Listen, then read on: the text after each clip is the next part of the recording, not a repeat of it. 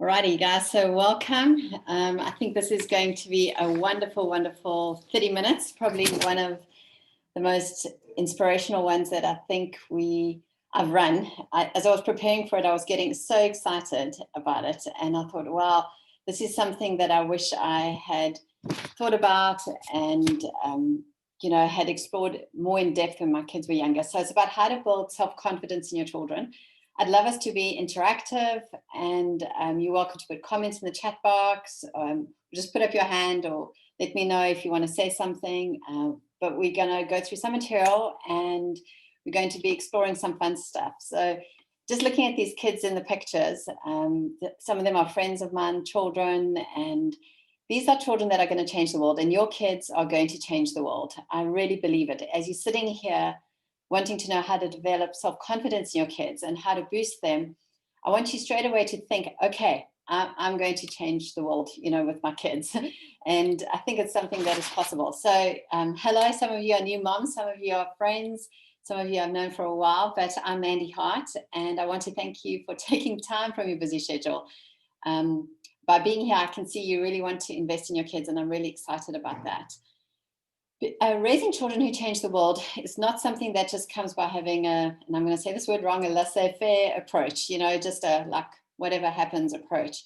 It comes through intentional parenting. And for years, I have thought about, what does a healthy family look like? What does a healthy individual look like? What does healthy teams, leadership, communities, businesses, what does health look like? And I think it's so much easier to raise children who are confident and secure and comfortable in their own skin than to fix a broken parent or an adult. And so when we're investing right now in our kids, I think we're investing for years to come, that we're going to see the results in many years to come. But for those of you who don't know me too well, I just want to share just a quick slide of who I am. So my heart is to empower parents to raise world changers, and to empower parents to equip themselves and grow themselves as well. And so I've run parenting courses in a number of countries. I've worked across a couple of continents. I've written a few books ranging from parenting world changers, parenting with courage, to courage in the fire, detailing some of my experience in an armed robbery. Claire, who's actually with us today, she came with me to Jordan. The bottom picture over there was when we were doing a workshop with some Syrians. And picture on the right is from when I was in Ghana last year, working with women from West Africa and East Africa. I speak on the radio twice a week into fearless parenting, into courageous living. It's something that I really do think about, and it's on my mind. So as I said earlier, it's so much easier to raise a confident child than to fix a broken parent. And your role as a mom and a dad is a very, very high calling. It's not something that we take lightly. And I think many parents don't think intentionally about how they're going to raise their kids. When I prepare to run a half marathon, or you want to start a business, or you want to do something new, you think about it and you plan and you get coaching and you read books. And, some of us do read books around parenting, but I think sometimes we just allow life to happen. And today we're going to speak about a fresh strategy to instill confidence in your kids. We're going to speak just briefly about 2 enemies of confidence and 10 ways to boost their confidence in their lives. So that's where we're at. That's where we're headed. And if you have a notepad, you're welcome to take notes. And again, please feel free to ask me questions. So I'm just going to put us on so we can see each other. And yeah, so let's get started. As you know, many of you do know that I'm a mom to 2 teens. Actually, no, 1 teen. My son turned 20 2 weeks ago. So it's really crazy to think I'm actually a mom to 1 teen. I'm still in shock, actually. I still feel like Matt should be a teen, actually. But there's no better time than to focus on it. So let's chat about what is a strategy, and then we'll speak about the 2 different things that affect how you boost confidence in your kids. So a strategy is defined as a plan of action designed to achieve a long-term overall objective.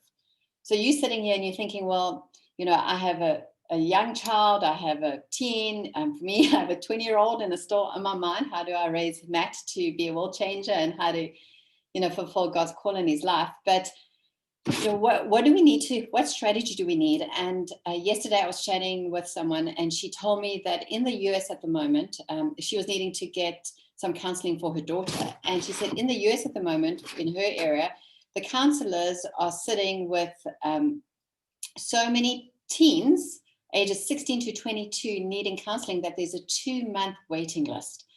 And I mentioned that to my kids and I said to them, what do you think of that? And my daughter Emily said to me, Mom, that's terrible. What if I need help now?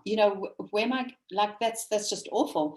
And I know that the mental health challenges in our children are only going to increase in the coming months. I mean, that's what psychologists are saying. That's what the experts are saying, but it doesn't have to be. And so you sitting here thinking about your children, wanting to invest in them, I think it's such an amazing thing. So what is your long-term plan? Think about it now as I'm speaking.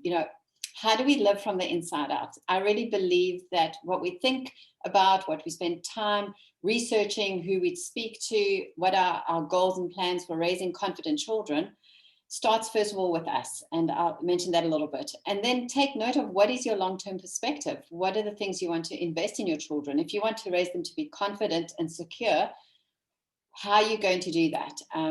And then who are you going to get around you? For years, I have invited people to speak into my life. I've watched other parents who are a bit ahead of me on the journey. And I think that is something that's so needed. One mom on my parenting course said recently, or actually last week, she said, Mans, I just wish I knew this stuff when my child was a baby, even before I had kids. So, I think these are things that we could think about and intentionally focus on how to build confident, secure kids, comfortable in their own skin, but it starts with us. So, as I mentioned earlier, when you're running a business, when you're preparing to do something, you develop a strategy, you develop a plan of action. But there are 2 enemies of confidence, of raising confidence in your children. And sorry, I'm just admitting someone, we're having people joining as I'm speaking. The 2 enemies are discouragement and fear. So let me give you an example. So I'm just going to name a random child's name. So Ben's was struggling with maths homework and he was sitting at home trying to do his homework and he was grumbling, saying, this is stupid. I just can't do this. And before mom could come in and calm him down, he just throws his pencil on the table and stomps off the room. And he gets so frustrated and so discouraged because he just can't keep doing that. He's struggling to master new skills. And when the frustration keeps building and he keeps starting to say to himself, I can't do this, or I'm not good enough, or I'm whatever it is, the discouragement is such frustration. Priscilla, I'm just going to mute you. There we go. So the frustration just leads to such discouragement. And then the parent comes in and starts to criticize. I mean, how easy do we come in and just, I find myself over the years, as I've looked back, when I should have encouraged, I've criticized. Like, when my son was playing certain sports, I would come in and go, hey, Matt, that was great, but you should have done this and this and this and this. And, that just breeds discouragement. And so their self-esteem can then take a knock. I've made so many mistakes growing up as a mom. And when I reflect back now, and I'm going to be very, very honest with you, for those who know me, transparency is a very high value. And I remember when Matt was in grade 7, he wanted to stop playing tennis. And we were in a school that was a high sporty school. Sport was everything for them. And I was like, no, Matt, come, we got these extra lessons for you. And he just burst out crying the one day and he just wanted to stop. And my kids aren't one that when they start and stop things, we've always said, if you're starting a sport or something new, you need to see it through for the term or the season. But he'd been doing it a while. And I realized that we had just criticized him in it a little bit. And a few years later, I went to him with tears in my eyes and I apologized and said, hey, Matt, I'm so sorry. Please forgive me. I realized, this hurt your heart. And that broke his confidence down. We all make mistakes as parents. There's no perfect parent. And I really believe that God shows us when we need to go to our children and ask them for forgiveness, or when we start to criticize them unnecessarily. It's so easy to encourage your kids with something and then find fault. I don't know why. I don't know about you, but have any of you also battled with that in the past? Okay, I see some moms nodding. Thank you. It's not just me. And the second one is fear. Fear is, I actually put a post on Instagram today that said, fear is a bully, fear is a liar. I really realized that. And when our children are afraid that they're going to lose relationship with us, or we are afraid our children are going to reject us, we either become more of an authoritarian parent or become more permissive. And so permissive parenting breeds insecurity in our kids, and they don't grow in confidence. High authoritarian parenting, if you're not considerate of the ages and stages your kids go through, it's based on you being afraid you're going to lose your relationship with your kids. And so you come high with authority, and that breeds fear. And so that reduces their self-confidence. So when I'm speaking now, I'm going to go into 10 things that we can do to boost confidence in our kids. I want you to think about fear and discouragement. Have you given into any of those? Have you seen your kids exhibit discouragement or been affected by fear in any areas? Before I carry on, would anyone like to make any comments about that? Or do you have any questions about that? Or can you relate to what I've said? You can either give me a thumbs up or comment in the chat box. Yeah, so some of you say, yeah, you can relate. Anyone have any questions?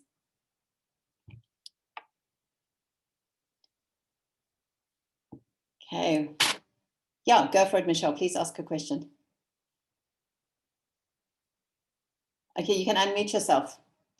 Can I unmute? Okay, cool. I just wanted to ask, because that really struck a chord with me, what you were saying about fear and authoritarian. And I think my oldest son is 8.5, he's almost 9. And I'm going through a bit of a stage of like, sort of like, do you respect me enough? And so I'm sort of coming down like harder on him.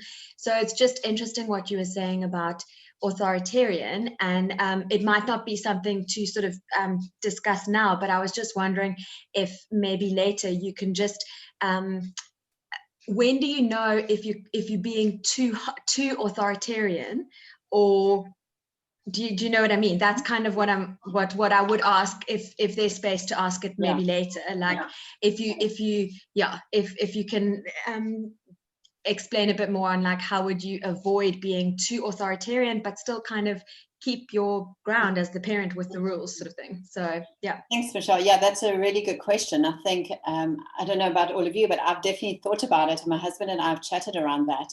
Some of us tend to lean into one of those two naturally, but at the stage you're at with your child, and we speak about this quite at length in the parenting course I run, is your stage of development with him is you're a teacher trainer in that role. So you're teaching him, you're training things, you're still in charge and your authority is really high, but you're working at building your influence in his life. And so there's certain boundaries that you have to put in your family. I think you have to look at his personality style, what's going on, and respect is showing value for someone. So you could come at it in a different ways. You could teach him how in our home, we speak like this, we show honor, we show respect, and actually use those words. But spend time thinking, okay, he's 8, 9, I'm in a teacher trainer kind of parenting role. What do I need to teach him and train him in terms of showing honor and respect in that way? Michelle, and please feel free, you can email me afterwards and we can have a deeper conversation, but that's a really, really good question. So thank you for asking. Yeah, guys, any questions, please feel free, put them in the chat box, unmute yourself, interrupt me. I'm happy with interruptions, but let's get in to 10 ways to instill confidence in your children. Obviously, there's many more, but we're just going to do a quick deep dive, and there's going to be a bunch of practical tips that you can apply, and we'll get into it. So children's hearts are like love tanks or cups, whatever reference you want to use. I mean, ours are as well. So we need regular filling up to thrive. When your kids feel secure, when they feel their love tanks are full, and there's different ways to fill your kids' love tanks. Many of us are familiar with the 5 love languages, through quality time and words of affirmation, through acts of service, through gifts, through there's one I'm forgetting it now, but anyway, so there's all these different things that we could do to boost our children's love tanks and fill them up. But what you need to do as a mom and dad is look into your kids' lives and think, okay, what fills my children up? Is it play? Is it friendship, one-on-one time, connection, doing what they love to do or even choose to do? That fills them up. Just recently, Emily, who turned 18, she's a matric, and we've been helping her navigate so many setbacks. A few days ago, she just had a tearful outburst, and she just said, Mom, this year is so hard. And, you know, she just needed to let it out. And it was a rare moment where she just came and put her head on my shoulders and she just had a good cry. But that kind of filled her love tank up. But then she said to me, I realized, Mom, I have to do things that fill my soul up, because we've been speaking about this, you know, in different ages and different languages and stuff. And for her to even be aware of what type of people drain her, what type of people fill her up, I think is incredible. I don't know if I knew that when I was 18. But, you know, so what fills your children's love tanks up? What empties it? We know stress and strain, rejection, loneliness, isolation, punishment. Punishment and discipline are two different things. So I'm using the word punishment on purpose. Failure, fatigue, forcing them to do things they really don't want to do. And I'm not just speaking about telling your kids to do chores. I'm talking about making them do something they really, really don't want to do. Those all like pull their, you know, empty their love tank and their heart. So if you want to raise children who are confident and secure, and you want to instill confidence in them, fill up their love tanks. When your children's love tanks are full, they'll just thrive. So that's number one. Secondly, is affirm their identity, their gifts, and their talents. I mentioned earlier about showing respect and showing honor and noticing what makes them come alive. Some kids, you know, naturally are more gifted in music or academics or intellectual stuff or creative things. Notice what it is and start to feel that. Kind of put fire underneath your kids. Many years ago, I know that grandparents, you know, like in the early 1900s and late 1800s, you didn't really have much say as to what you wanted to study or do. If your parents were farmers, you became a farmer. If your parents were this, you became that. And I think we know times are different now, but figure out how your kids are wired. One of my son's friends, Jamie, is now pursuing becoming a professional triathlete. He's racing overseas at the moment. And from when Jamie was 8 or 9, he just wanted to be a professional athlete. His dad was a coach and worked hard at getting Jamie running and doing these things. No one had to force him. He naturally got up early to run, to do his things. Even with my daughter, I can see Emily is highly gifted in the creative sphere, art, writing, creative thinking, but maths, I know maths is creative, guys, but she just really struggles with that. So even now, write on your kids' names and think, what makes them come alive? What can I put fuel under, you know, to what fire can I fuel the gifts and talents that they have? So that's number 2. Number 3 is make your home a safe space. We know that when our children feel safe, they can take risks, ask questions, make mistakes, they learn to trust, they can share their feelings, and they can grow. Even for us, when we feel safe, we can learn and we can grow and we can develop. So as moms sitting here, think about your home. Is your home a safe space? How are you protecting your children from internet boundaries through to your schedule to how your house is even laid out? I would go so far as to walk through every room, pray over your rooms, think about the purpose of your rooms, think about how you can facilitate conversations and connections with your children, even through to the layout of your house. Now you might think, well, how does the layout of my home and building my kids' confidence link? But I believe everything is linked and everything works on one another. So how do you create a space where home is safe and they feel that they can kick off their shoes and just relax? Number 4, that's number 4. Number 5 is help your kids to learn to problem solve. We speak about different types of parenting, like helicopter parenting and bulldozer parenting and all these different snow plows and binocular parenting and, you know, controlling parents and all these different things. But how can you teach your kids to problem solve and not solve their problems for them? And that comes through asking good questions. We have to teach our children from 3, 4, 5 years old how to come up with some solutions for themselves. For example, if your child is not feeling well and you're on your way to school, actually maybe not school so much anymore, I know we're on holidays, but let's say you're going somewhere and your child isn't feeling well and they say, Mom, I think I'm going to get sick. Instead of saying, no, you're not going to get sick, you'll be fine, don't worry, you could say something such as, well, what would you do if you got sick? What would you do? And let them come up with a solution so they know, oh, if I'm at so-and-so's house and this happens, this is what I can do. I had a coaching session with a mom yesterday and she was asking me how to navigate just their children hearing all these fear stories that's going on in the media at the moment. So I said to her, well, limit what you're experiencing and seeing. And she said, no, it's not coming from them. It's coming from their friends whose parents haven't got boundaries over what they're allowing their children to hear around the COVID-19 virus, around the farm attacks in South Africa, around the violence in the world, all these different things. And so I said to her, well, one thing you could do is ask your kids questions and role play with them. How can they problem solve it? If they're with their friends and things are happening, how can they get out of the situation? And so that's one way that you could encourage them to build confidence, is to learn to think for themselves by asking good questions. Sixth is to encourage curiosity. And babies are born learners. Think about it.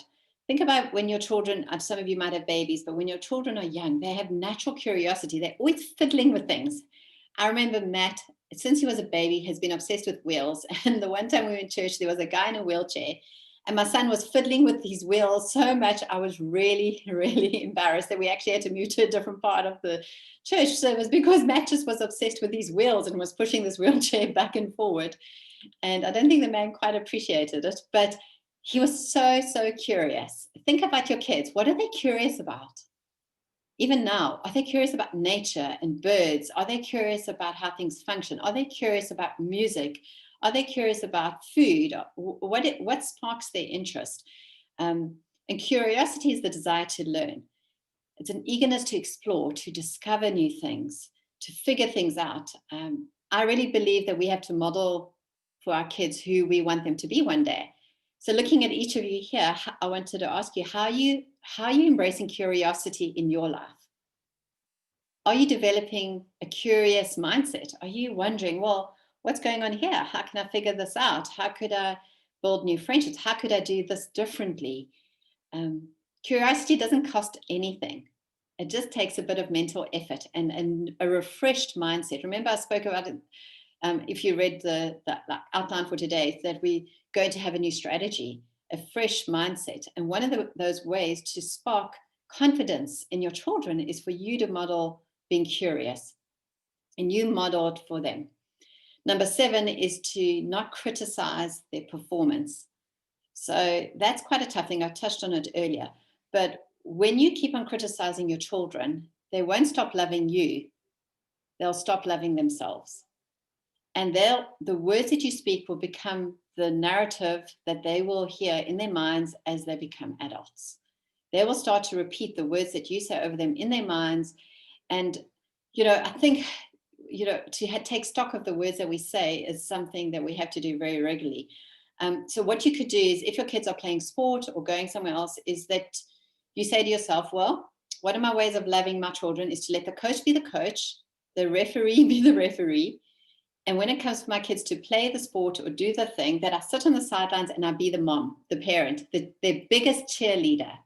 I'm on their side. And it takes discipline to not to get involved with the coaching and the refereeing and all the other things, but to let the experts do their thing and you do your thing, which is being their biggest cheerleader, their biggest fan, their biggest supporter. And encourage then your children to have self-reflection. So what you could do is say to your child, let's say your daughter's dancing. Emily did dancing for a number of years. Is I could say, well, what are you working on in dancing right now? And she could say, well, I'm learning to do a handstand. And I could say, well, how do you think you could improve upon that? And she could say, well, I'm watching YouTube videos, or I'm practicing on the couch, or I'm doing this type of thing. So you're not saying, oh, well, let me help you do, the handstand, or why don't you do this? Or no, you're not doing it right. You're rather encouraging her to figure it out for herself. And so, when we encourage our kids to think for themselves, to reflect back, it helps them because they're not hearing this negative critical repetition in their heads. So we want to affirm them. We want to build their character. And I'm not saying we don't discipline and we don't correct, that's part of discipline. But when you keep criticizing your children's performance, it reduces their confidence. I grew up not believing I was loved. And I really believed that love was based on my performance. So if I did well, my dad would love me more because he was very high authoritarian. And years later, I realized I forgave him and I've worked it through. But what I realized is that when we love our kids because of who they are our children, not because of what they do, they grow in their confidence. And so they know that whether they win the award or they don't, that they are loved and their value stands. They really have high value. Number 8, and I'm going to go over these briefly. I know I'm going through them quickly. But it's if you're looking for a place to help your kids develop positive self-esteem, and you're sitting here thinking, okay, Mans, well, you're telling me all these different things. Well, where do I start? Start with yourself. Start with developing a positive sense of self about yourself. Be positive when you speak about yourself and highlight your strengths and let your children see that you can celebrate these things. And I'm not talking about just elevating yourself, but let them see, mom cares for herself. She's trying these new things, and let them know when you make mistakes. Show them again, guys, I tried this, it didn't work. I've messed up, but you know what? I learned this and this and this. So encourage your children to make mistakes and learn from it, but you model it for them. And then number 9, offer your children help and support. If you want to raise confident children, let them know that you are there to help and support them. And again, I'll give you this example, but I'm not, you can see by now, I'm a very imperfect mom. But as with Emily being in matric now, it's been a hard year. I think for all of us, it's been a hard year. And the one day I was saying, Ems, what's going on? And listen, when are your exams? And because everything was changing, and she was getting so irritated with me. So eventually I was quite exasperated, and I just said to Ems, what do you need from me right now? I don't know what you need. I want to support you, but I don't know what you need. And then she just said, well, Mama, just leave me alone for a bit. And I'd say, okay, but not get offended by it. Go, okay, you recognize you just need to lie in your bed, have your own time, no one to talk to, just give you some space. And I did that. And then she came out a bit later and said, my sweetie, just please let me know what you need from me to support you. But I need you to communicate with me because I don't always know. And so when your children feel heard, when they feel respected and listened to, it boosts their confidence. She gave me a smile and a hug, and I mean, everything was fine. And so as parents, I think we have to have a bit of a thick skin around that, to not get offended when our kids say, hey, Mom, give me some space. I need some time out. And I'll be done, guys, in a couple of minutes. It's 12:59. And the last one is to applaud courage. So confidence and courage take time to build. When we don't always rescue our children from challenges, and we teach them how to face challenges, then their confidence will grow. So think about your kids right now. What challenges are they facing in life? What are they battling with? Are they battling to get motivation to go back to school for the last couple of weeks of the year? Are they struggling with fear? Are they battling with how they talk about themselves? Have they been bullied? Have they been, what's been going on in your children's lives? What are they battling with? How can you encourage them to build confidence and to overcome their challenges for themselves? Now, I'm not saying you just take your hands off and go, hey, you guys, you just sort it out for yourself. I'm going to have some tea. But you equip them and you empower them. You role play with them. You ask them questions. You applaud courage. You help them practice EQ. You let them know, guys, I believe in you. You can do this, and I'm on your side. So confidence building in your children just is a series of small steps and helping them become comfortable in their own skin and who they are. It's 1:00, guys, but I just want to ask for a moment of your reflection, of your takeaways. What's 1 or 2 things that have stood out to you? You're welcome to unmute yourself or put yourself on the chat group. Make a comment now. I'd love to just hear from you. Anyone can go as well. You don't have to say, just unmute yourself.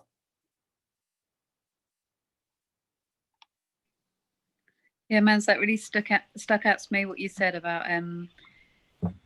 not criticizing, because I think we think we're doing them a favor when we critique them and give them ways of improving, because then we think they'll get better at what they do and then they'll be more confident. But it's really counterintuitive, and it's really, like you say, it takes self-discipline from us not to step in. That really stuck out for me. Thank you.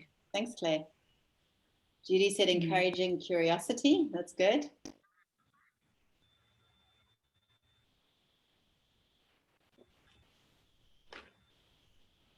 Priscilla, I have 2 boys, 12 and 14. Sorry, and they don't often play together, get distant. How do I get them to have a brotherly bond? Priscilla, I'm going to reply to you privately afterwards. Okay. Sorry, who was going to share?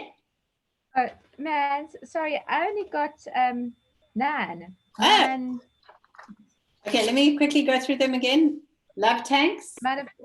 Affirm their identity, gifts and talents. Oh, you're right. I did say I only gave you 9. The 10th one is talk. So talk to your kids. Okay. Get them to say I love you every single day. Don't assume things. Really talk with your children through the things that are going in your life. Almost be painful about saying, I want to talk to you guys. I want to hear what's going on and ask questions.